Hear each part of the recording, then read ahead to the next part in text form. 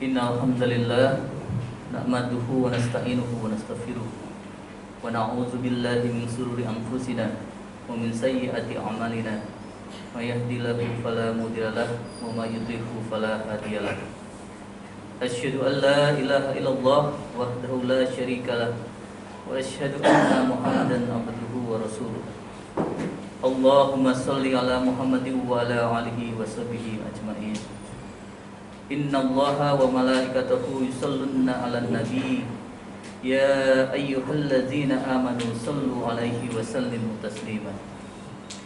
Ya ayyuhalladzina amanu ittaqullaha haqqa tuqatih wa la tamutunna illa wa antum muslimun.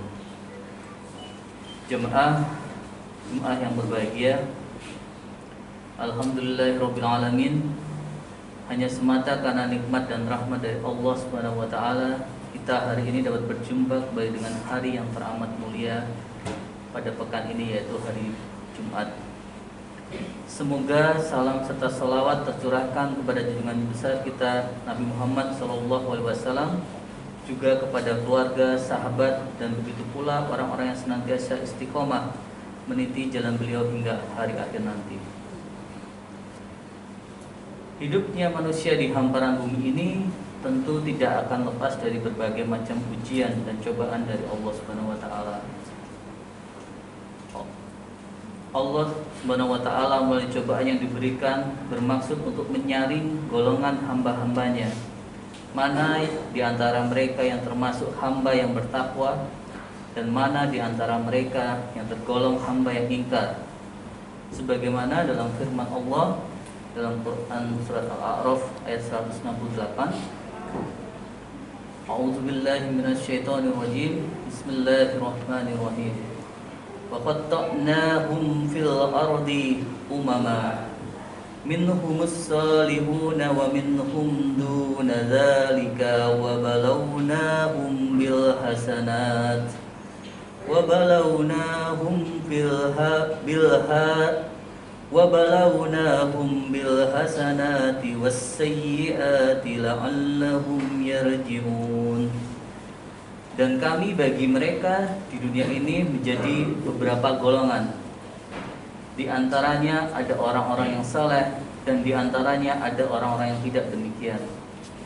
Dan kami coba mereka dengan nikmat yang baik dan bencana yang buruk agar mereka kembali kepada kebenaran. Jamaah yang berbahagia, di antara ujian yang diberikan oleh Allah Subhanahu wa taala untuk umat manusia yaitu adanya bermacam-macam fitnah. Yang paling sering membuat anak manusia tergelincir di antaranya ada 3, yaitu harta, tahta, dan wanita.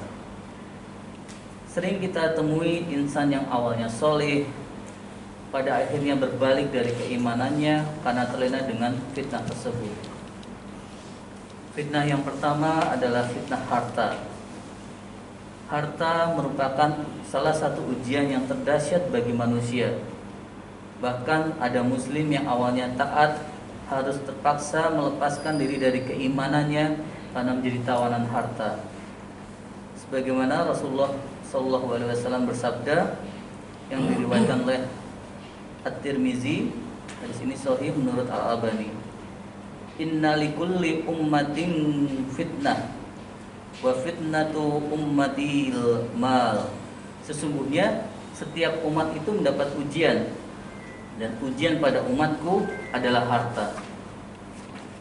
Sebagai muslim kita harus merenungkan kembali wasiat Rasulullah SAW yang dahulu beliau nasihatkan kepada para sahabat saat Abu Ubaidah bin Jarrah datang dari Bahrain dengan membawa upeti. Bergembiralah dan harapkanlah apa-apa yang akan menyenangkan kalian. Maka demi Allah, bukan kemiskinan yang aku khawatirkan atas kalian, akan tetapi aku khawatir akan dibentangkan dunia atas kalian sebagaimana telah dibentangkan atas orang-orang sebelum kalian. Lalu kalian pun berlomba-lomba padanya sebagaimana mereka berlomba-lomba kepadanya. Kemudian dunia itu akan menghancurkan kalian sebagaimana telah menghancurkan mereka. Hadis riwayat Bukhari dan Muslim. Menjadi muslim yang kaya itu penting, sebab dengan harta dan kekayaan banyak ibadah dan amal soleh yang bisa kita lakukan, seperti bersedekah, berinfak, dan berhaji. Bukan sebaliknya kita menjadi budak harta sehingga berlomba-lomba mengumpulkannya, cenderung menghalalkan segala cara, dan dengan harta justru membuat kita orang yang menjadi orang yang bakhil dan pelit. Jamaah Jumat yang berbahagia, fitnah yang kedua adalah tahta. Ujian yang kedua ini tidak kalah berbahayanya dari yang pertama.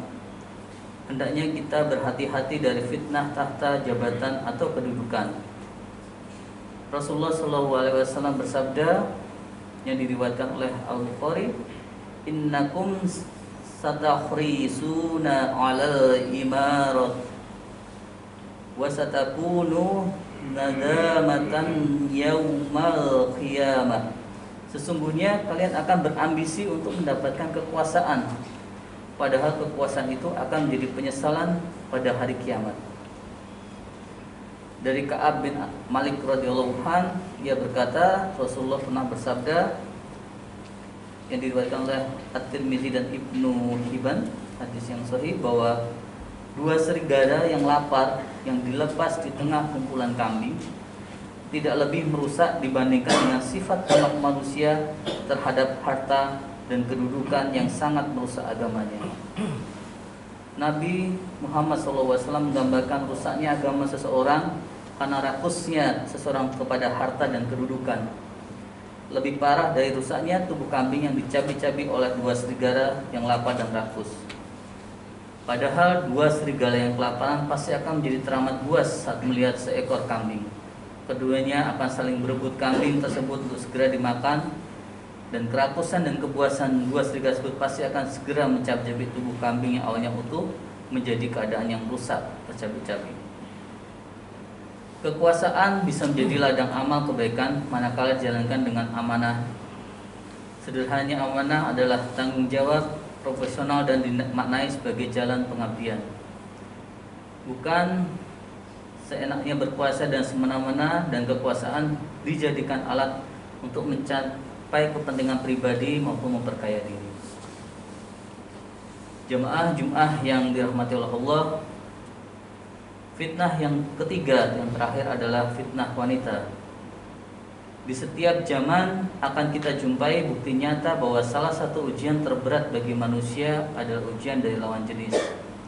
Ahli ibadah pun juga ada yang terpeleset karena godaan dari lawan jenis. Perdamaian dan peperangan juga bisa timbul karena dipicu oleh lawan jenis. Dan dalam hadisnya Rasulullah SAW bersabda,